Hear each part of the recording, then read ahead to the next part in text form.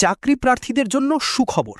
Interview দিলেই মিলবে 20,371 টাকার কাজ, যোগ্যতা শুধু মাধ্যমিক।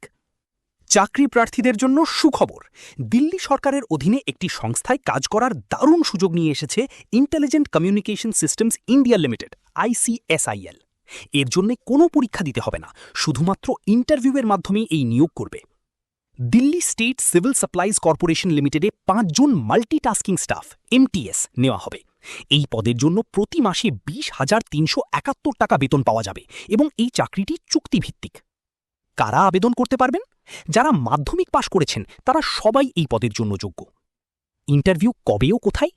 সরাসরি ইন্টারভিউ বা ওয়াক ইন ইন্টারভিউ হবে আগামী 11 মে 2026 তারিখে সকাল 10:30 থেকে 11:30টার মধ্যে পৌঁছাতে হবে।